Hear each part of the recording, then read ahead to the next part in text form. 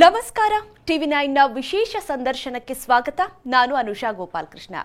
ಈಗಿನ ದಿನಗಳಲ್ಲಿ ಈ ಸಮಾಜದಲ್ಲಿ ಮೊದಲಿಗಿಂತ ಹೆಣ್ಣು ಹತ್ತಾರು ಕ್ಷೇತ್ರಗಳಲ್ಲಿ ಈಗ ಜಾಸ್ತಿ ಸ್ಥಾನಮಾನ ಸಿಕ್ಕರೂ ಕೂಡ ಸಾಕಷ್ಟು ಜನ ಹೆಣ್ಣು ಮಕ್ಕಳಿಗೆ ಹತ್ತಾರು ಜವಾಬ್ದಾರಿಗಳಿಂದ ಕರಿಯರ್ ಅನ್ನ ಗಿವ್ ಅಪ್ ಮಾಡಬೇಕಾಗಿರುವಂತಹ ಪರಿಸ್ಥಿತಿ ಇದೆ. ಅಥವಾ ಕರಿಯರ್ ಅನ್ನೇ ಪ್ರಿಯಾರಿಟಿ ಆಗಿ ತಗೊಂಡು ಆ ಒಂದು ಫ್ರೀಡಮ್ ಹೆಣ್ಣಿಗೆ ಇಲ್ಲದೆ ಬೇರೆ ಜವಾಬ್ದಾರಿಗಳ ಕಡೆನೆ ಗಮನ ಹರಿಸ್ಕೊಂಡು ಹೋಗುವಂತ ಪರಿಸ್ಥಿತಿ ಕೂಡ ಸಾಕಷ್ಟು ಹೆಣ್ಮಕ್ಳಿಗಿದೆ.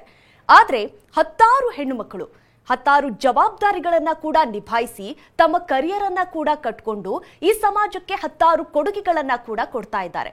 ಅಂಥದ್ದೇ ಒಬ್ಬ ಮಾದರಿ ಹೆಣ್ಣು ಇವತ್ತು ನಮ್ ಜೊತೆ ಇದ್ದಾರೆ.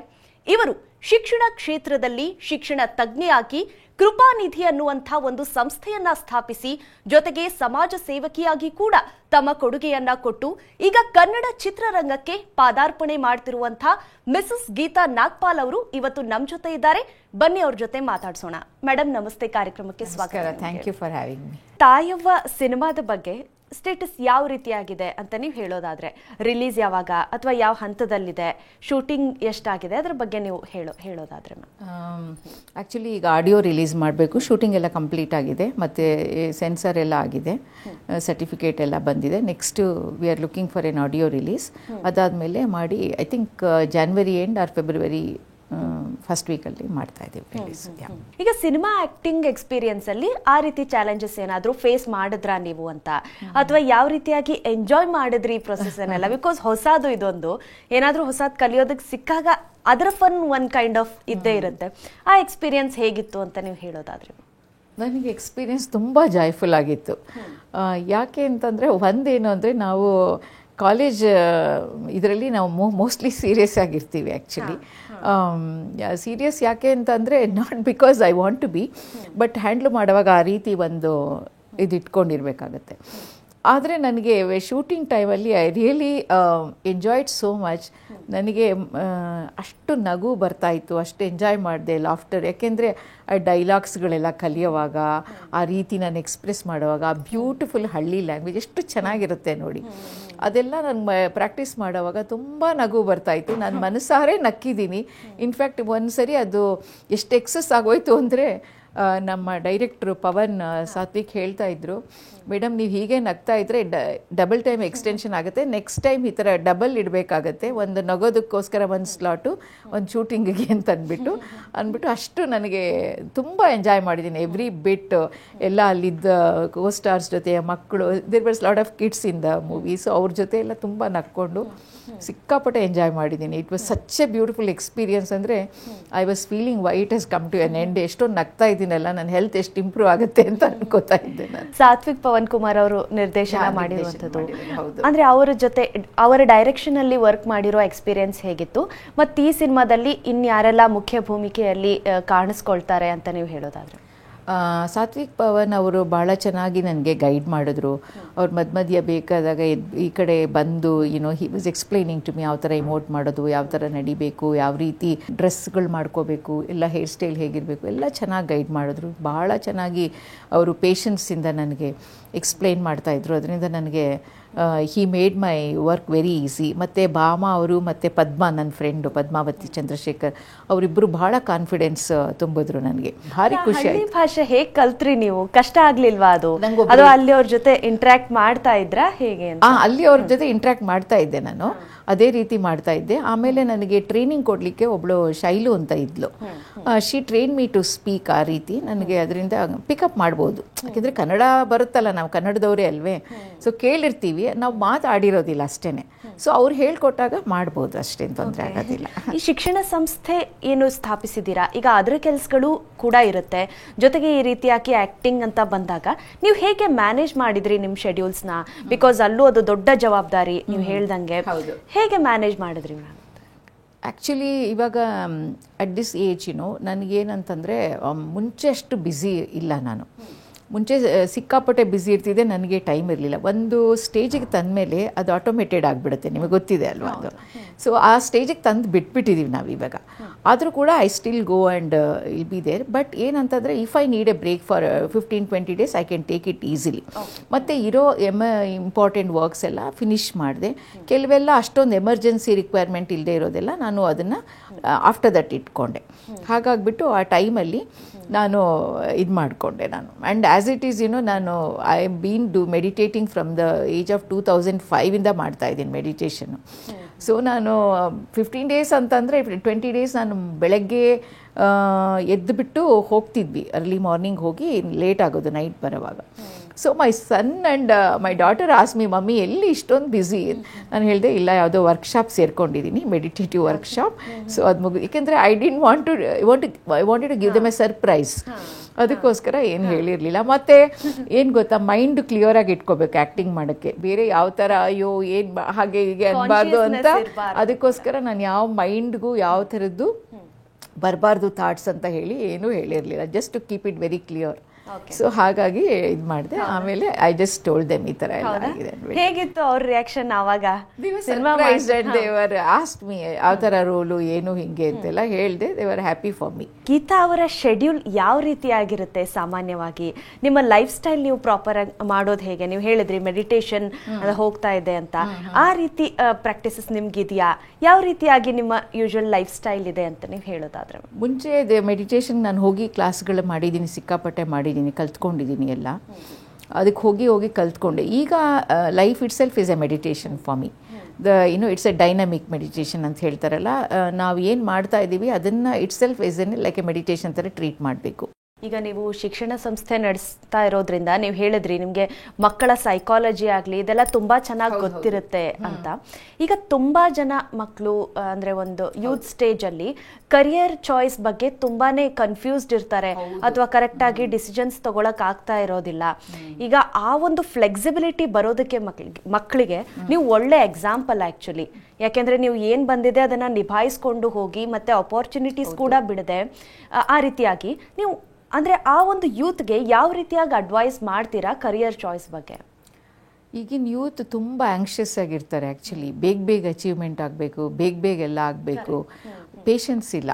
ತುಂಬ ಸ್ಟ್ರೆಸ್ ಮಾಡ್ಕೋತಾರೆ ಸಣ್ಣ ವಿಷಯಕ್ಕೆ. ಏನೋ ಒಂದು ಇಲ್ಲಿ ಬಂದುಬಿಟ್ಟಿದ್ದೀವಿ ಏನೋ ಒಂದು ಮಾಡಲಿಕ್ಕೆ ಅಂತ ಹೋಗ್ತಾರೆ. I tell them to slow down. First of all slow down. Whatever you are doing it, focus on that. ಆಮೇಲೆ ಮತ್ತು ಇನ್ನೊಂದು ಏನಂದರೆ, ಯಾವಾಗಲೂ ಆ ಸ್ಟ್ರೆಸ್ ಇದೆಯಲ್ಲ ಎನರ್ಜಿ ತೆಗೆದುಬಿಡುತ್ತೆ ತುಂಬ. ಹಂಗಾಗಲಿಲ್ಲ, ಹಿಂಗಾಗಲಿಲ್ಲ, ಇದಾಗಬೇಕಿತ್ತು, ಅದಾಗಬೇಕಿತ್ತು, ತುಂಬ ಇದು ಮಾಡ್ಕೊಂಡ್ಬಿಡ್ತಾರೆ. ಅದನ್ನು ಸ್ಲೋ ಡೌನ್ ಮಾಡಿ ಅದಕ್ಕೆ ಸ್ವಲ್ಪ ಪಾಸ್ ಮಾಡಿ ಇದು ಮಾಡಿಕೊಂಡ್ರೆ ಎಲ್ಲ ಸರಿ ಹೋಗುತ್ತೆ. ನಾನು ಹಾಗೆ ಮಾಡ್ತಿದ್ದೆ. I don't know from where I got that. ನಾನು ಯಾವಾಗಲಾದರೂ ನನಗೆ ಯಾವುದಾದ್ರು ಸ್ಟ್ರೆಸ್ ಆದರೆ ಸುಮ್ಮನೆ ಕೂತ್ಕೊಂಡು I to just think about it. ಅದೆಲ್ಲ ಹೊರಟೋಗ್ಬಿಡೋದು ಆ ರೀತಿ. That is how I have handled my life. Ma'am, ಇನ್ನು ಅಂದರೆ ಇವಾಗ ಯಾವುದೇ ಒಂದು ಕಲೆಗೆ, ಎಸ್ಪೆಷಲಿ ಆ್ಯಕ್ಟಿಂಗು ಕಲಿಯೋದಕ್ಕೆ, ಸಂಗೀತ ಇಂಥದಕ್ಕೆ ವಯಸ್ಸೇ ಇರೋದಿಲ್ಲ. ಯಾವ ಹಂತದಲ್ಲಿ ಕೂಡ ನಾವು ಶುರು ಮಾಡ್ಬೋದು, ಯಾವ ಹಂತದಲ್ಲಿ ಕೂಡ ಅದು ಪಿಕಪ್ ಆಗಬಹುದು. ಆದರೆ ತುಂಬ ಜನ ಈ ರೀತಿ ಚಾಯ್ಸ್ ಮಾಡೋದಕ್ಕೆ ಹಿಂದೇಟ್ ಹಾಕ್ತಾ ಇರ್ತಾರೆ ಎಷ್ಟೋ ಜನ. There is no age for all that ಅಲ್ವಾ ಮ್ಯಾಮ್? ಸೊ ಅಂಥವ್ರಿಗೆ ನೀವು ಏನು ಹೇಳೋಕೆ ಇಷ್ಟಪಡ್ತೀರಾ? ಅದೇ ಏಜ್ ಅಂತ ಒಂದು ತಿಳ್ಕೊಬಾರ್ದು. ಎನರ್ಜಿ ಇದ್ದರೆ, ಫಿಸಿಕಲಿ ಫಂಕ್ಷನಲ್ ಇದ್ದರೆ ಎಲ್ಲ ಮಾಡಬೇಕು. ಫಿಸಿಕಲಿ ಇನಾಪ್ರೇಟಿವ್ ಆದರೆ that is a different thing ಅಲ್ವಾ?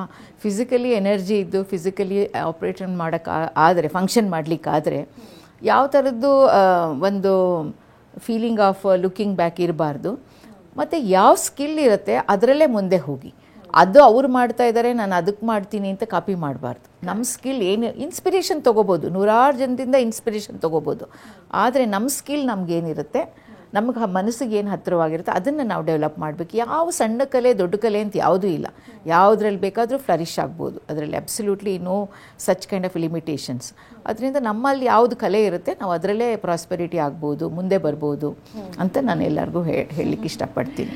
ಓಕೆ, ನಿಮ್ಮ ಶಿಕ್ಷಣ ಸಂಸ್ಥೆ ಏನಿದೆ ಅದು ನಡೆಸ್ಕೊಳ್ಳೋ ಜೊತೆಗೂ ಕೂಡ ನೀವು 10 ಸಮಾಜ ಸೇವೆಗೆ ಕೂಡ ಕೊಡುಗೆಗಳನ್ನು ಕೊಟ್ಟಿದ್ದೀರಾ.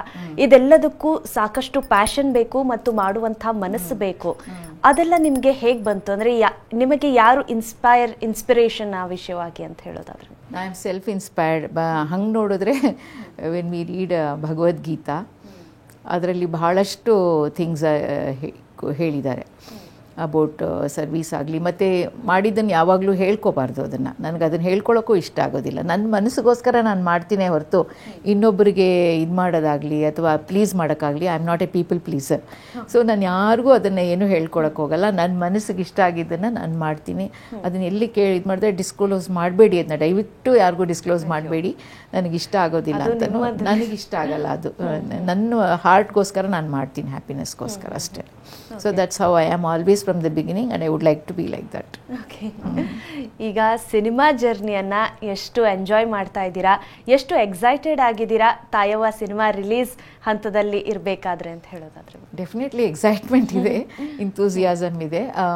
ಬಟ್ ಏನಂತಂದರೆ just like that. And also I am feeling ಒಂದು ಸ್ಟಾಯಿಕ್ ಇದು ಥಾಟು ಇದೆ. ಕಂಟ್ರೋಲ್ಡ್ ಇಮೋಷನ್ಸು, ಎಕ್ಸೈಟ್ಮೆಂಟು ಇದೆ, but not very much something like I am losing my ಇದು ಅನ್ನೋ ಹಾಗೆ. ಮತ್ತೆ ಜೊತೆಗೆ ನಿಮಗೆ 10 ರೀತಿಯ ಎಕ್ಸ್ಪೀರಿಯನ್ಸ್ ಇರುತ್ತೆ ಒಂದು ಶಿಕ್ಷಣ ಸಂಸ್ಥೆಯನ್ನ ಕಟ್ಟಿ, ಲೈಕ್ ಬೇರೆ ರೀತಿ ಎಲ್ಲ ಎಕ್ಸ್ಪೀರಿಯನ್ಸು ಇರೋದ್ರಿಂದ ನಿಮಗೆ ಸಿನಿಮಾ ರಂಗದಲ್ಲೂ ಕೂಡ ಅದು ತುಂಬಾ ಆಡ್ ಆನ್ ಆಗುತ್ತೆ ಆ ಎಕ್ಸ್ಪೀರಿಯನ್ಸ್ಗಳು ಅಂತ ನಿಮ್ಗೆ ಅನ್ಸುತ್ತಲ್ವ? ಹಾಂ, ಖಂಡಿತ ಆಗುತ್ತೆ. ಎಲ್ಲ ಆ್ಯಡ್ ಆನ್ ಆಗೇ ಆಗುತ್ತೆ. ಯಾಕೆಂದರೆ ನನಗೇನೂ ಗೊತ್ತಿರಲಿಲ್ಲ ಇದ್ರ ಬಗ್ಗೆ. ಇವಾಗ so many things I learn from this. ಮತ್ತು about this kind of interview I have faced in a different way. But ಇವಾಗ this is itself is an experience for me. Such a beautiful, you are asking questions and all these things itself is an experience. And then cinema ರಂಗದಲ್ಲೂ all these things, how we have to become a character without knowing anything about that person. Like A judge ಕೊಡ್ತಾರಲ್ಲ, decisions ಮಾಡ್ತಾರೆ supreme court ಇಲ್ಲಿ ಕೂತ್ಕೊಂಡು, without knowing who has murdered, what has murdered ಅನ್ನೋ ಹಾಗೆ ಅವ್ರಿಗೆ ಕೊಡೋ ಹಾಗೆ ನಾವು ಆ ಕ್ಯಾರೆಕ್ಟರ್ ಆಗಿಬಿಟ್ಟು ಅದನ್ನು ಟ್ರಾನ್ಸ್ಫರ್ ಮಾಡ್ಕೊಂಡು ಮಾಡ್ತೀವಲ್ಲ, ಅದು that is A beautiful experience for me. That is really nice experience which I never had it at all. Because when I was very Young I had learn Bharatanatyam ಆವಾಗ. ಬಟ್ ಅದು ಎಲ್ಲಿ my dad had A transferable job, every 2 years ಹೋಗ್ತಿತ್ತು, couldn't continue, ಎಲ್ಲ ಕಡೆ ನೋಡ್ಕೊಂಡು ಹೋಗೋಕ್ಕಾಗ್ತಿರ್ಲಿಲ್ಲ.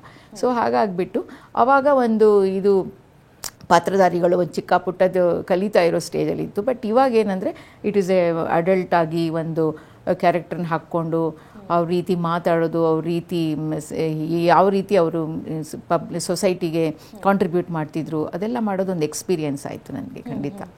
So ನೀವು general ಆಗಿ ಅಂದರೆ ಒಂದು ನಮ್ಮ ಟೋಟಲ್ ಫಿಟ್ನೆಸ್ ಅಂದರೆ ಅಬೌಟ್ ಎವ್ರಿಥಿಂಗ್ ಇದೆಲ್ಲವನ್ನು ಕೂಡ ನಿಭಾಯಿಸೋದಕ್ಕೆ ಯಾವ ರೀತಿಯಾಗಿ ಅಂದರೆ ನಿಮಗೆ ನೀವು ಏನು ಪ್ರಾಕ್ಟೀಸ್ ಯೂಶಲಿ ಮಾಡ್ತೀರಾ ಅಂತ ಹೇಳೋದಾದ್ರೆ? ನಾನು ಫಿಟ್ನೆಸ್ಗೆ ಬರೀ ವಾಕಿಂಗ್ ಮಾಡ್ತೀನಿ. I hate gymming. ನನಗೆ ಜಿಮ್ ಮಾಡೋಕ್ಕೆ ಇಷ್ಟ ಇಲ್ಲ. ಯೋಗ ಮಾಡ್ಬೋದು, but I had A fracture. So ನನಗೆ ಹಿಪ್ ಫ್ರ್ಯಾಕ್ಚರ್ ಆಗಿರೋದ್ರಿಂದ ಯೋಗ ಅಷ್ಟು ಮಾಡೋದಿಲ್ಲ. ಮುಂಚೆ ಸ್ವಲ್ಪ ನಾನು ಸ್ಟ್ರೆಚಿಂಗ್ ಮಾಡ್ತಿದ್ದೆ, ಈಗ ಅಗೇನ್ ಬಿಟ್ಬಿಟ್ಟಿದ್ದೀನಿ ಒಂದು 6 months 8 monthsinದ. ಮೇ ಬಿ ನ್ಯೂ ಇಯರಿಂದ ಸ್ಟಾರ್ಟ್ ಮಾಡೋಣ ಅಂತ ಅಂದ್ಕೊಂಡಿದ್ದೀನಿ. I just do walking. Park ಇದೆ ನಮ್ಮ ಮನೆ ಹತ್ರ, ಹೋಗ್ಬಿಟ್ಟು ಒಂದು 4-5 rounds 3 rounds ಮಾಡ್ತೀನಿ ಆದಂಗೆ. ಫಿಟ್ನೆಸ್ಗೆ ಮತ್ತು ಫುಡ್ಡಲ್ಲಿ ಸಾತ್ವಿಕ್ ಫುಡ್ ತಿಂತೀನಿ. ಅಂದರೆ I am A total vegetarian. So ಬೆಳಗ್ಗೆ ಎದ್ದ ತಕ್ಷಣ ಕಾಫಿ ಬೇಕು ನನಗೆ. ಕಾಫಿ ಇಲ್ಲದೆ ಇದ್ದರೆ ಆಗೋದಿಲ್ಲ. ಫಸ್ಟ್ ಕಾಫಿ ಮಾಡ್ಕೊಂಡು ಕುಡಿಲೇಬೇಕು. ಅದಾದಮೇಲೆ I take all kind of vegetables, fruits, and then sattvic food, normal chapati, sabzi, ಅನ್ನ. ನಾವು ಸೌತ್ ಇಂಡಿಯನ್ ಆಗಿರೋದ್ರಿಂದ ರೈಸ್ ಇರಲೇಬೇಕು, ರೈಸ್ ತಿಂತೀನಿ. ನೈಟ್ ಮಾತ್ರ ನಾನು ಡಿನ್ನರ್ ಏನೂ ತೊಗೊಳಲ್ಲ. ಅದಕ್ಕೋಸ್ಕರ ಡಿನ್ನರ್ ಬಿಟ್ಬಿಟ್ಟಿದ್ದೀನಿ, ತುಂಬ ವರ್ಷ ಆಯಿತು. ಸೊ ಅಷ್ಟೇ, ಅದು that is a only way I can. Otherwise I am not very gym enthusiastic ಏನಿಲ್ಲ ನಾನು. ಓಕೆ, ಗೀತಾ ಅವ್ರಿಗೆ ಆ್ಯಕ್ಟಿಂಗ್ ಕರಿಯರನ್ನು ಮುಂದೆ ಯಾವ ರೀತಿಯಾಗಿ ನೋಡ್ತಾ ಇದ್ದೀರಾ? ಅಂದರೆ ಇನ್ನಷ್ಟು ಸಿನಿಮಾಗಳು ಬಂದರೆ ಪಾತ್ರಗಳು ಯಾವ ರೀತಿ ಪಾತ್ರಗಳು ಬಂದರೆ ಒಪ್ಕೊಳ್ತೀರಾ? ಮತ್ತು ಧಾರಾವಾಹಿಯಲ್ಲಿ ಅಂದರೆ ಆ ರೀತಿ ಸ್ಮಾಲ್ ಸ್ಕ್ರೀನಲ್ಲಿ ಚಾನ್ಸಸ್ ಸಿಕ್ಕರೆ ಅದನ್ನು ಮಾಡ್ತೀರಾ, OTT ಅಥವಾ ಯಾವ ಅಂದರೆ ನಿಮ್ಮ ಮೈಂಡಲ್ಲಿ ಯಾವ ರೀತಿ ಹೋಗಬೇಕು ಈ ಜರ್ನಿ ಅನ್ನುವಂಥದ್ದಿದೆ, ಅಥವಾ ಯಾವುದೇ ಪ್ಲ್ಯಾನ್ಸ್ ಇಲ್ವಾ ಗೀತಾ ಅವರು? ಲೈಕ್ ಹೇಗೆ ಬರುತ್ತೆ, just go with the flow kind of person? You said my words. Actually you told me that go with the flow ಅಷ್ಟೇನೆ. ಆ ಟೈಮಲ್ಲಿ ಹೇಗೆ ಅನಿಸುತ್ತೆ ಅದನ್ನು ಸ್ವಲ್ಪ ಯೋಚನೆ ಮಾಡಿಬಿಟ್ಟು ಡಿಸೈಡ್ ಮಾಡ್ತೀನಿ ಈ ಥರ ಅಂತ. ನಾನು ಅಂದ್ಕೊಂಡಿಲ್ಲದೆ ಇರೋದು ಆಗಿರೋದ್ರಿಂದ ಏನು ಅಂದ್ಕೊಳಕ್ಕೆ ಹೋಗೋದು ಬೇಡ ಅಂತ ಸುಮ್ಮನೆ let it be one kind of a secret ಅಥವಾ ಒಂದು ಸರ್ಪ್ರೈಸ್ ಥರ ಇರಲಿ ಅಂತ ಬಿಟ್ಬಿಟ್ಟಿದ್ದೀನಿ ಅಷ್ಟೇ. Okay, yes, thank you so much ma'am. ನೀವು ಸಾಕಷ್ಟು ವಿಷಯಗಳನ್ನು ಹೇಳಿದ್ರಿ. ನಿಜವಾಗ್ಲೂ ಇನ್ಸ್ಪೈರಿಂಗ್ ಆಗಿದೆ ನಿಮ್ಮ ಈ ಒಂದು ಸ್ಟೋರಿ, ಈ ಒಂದು ಸಾಧನೆ, ಮತ್ತು ನಿಮ್ಮ ಮುಂದೆ ಚಿತ್ರರಂಗದ ಜರ್ನಿಯಲ್ಲಿ ಕೂಡ ನಿಮಗೆ ತುಂಬ ಒಳ್ಳೇದಾಗಲಿ ಅಂತ ನಾವು ಆಶಿಸ್ತಾ ಇದ್ದೀವಿ. All the very best for Tayavva ಮತ್ತು ನಿಮ್ಮ ಇಡೀ ಜೀವನಕ್ಕೂ ಕೂಡ. ಧನ್ಯವಾದ ಇಷ್ಟೊತ್ತು ನಮ್ಮ ಜೊತೆ ಮಾತನಾಡಿದ್ದಕ್ಕೆ. Thank you so much Anusha. Really I enjoyed speaking with you. It was a wonderful interview. Thank you. Thank you so much ma'am. Yes, ಇದಾಗಿತ್ತು ಇವತ್ತಿನ ವಿಶೇಷ ಸಂದರ್ಶನ. ಧನ್ಯವಾದ.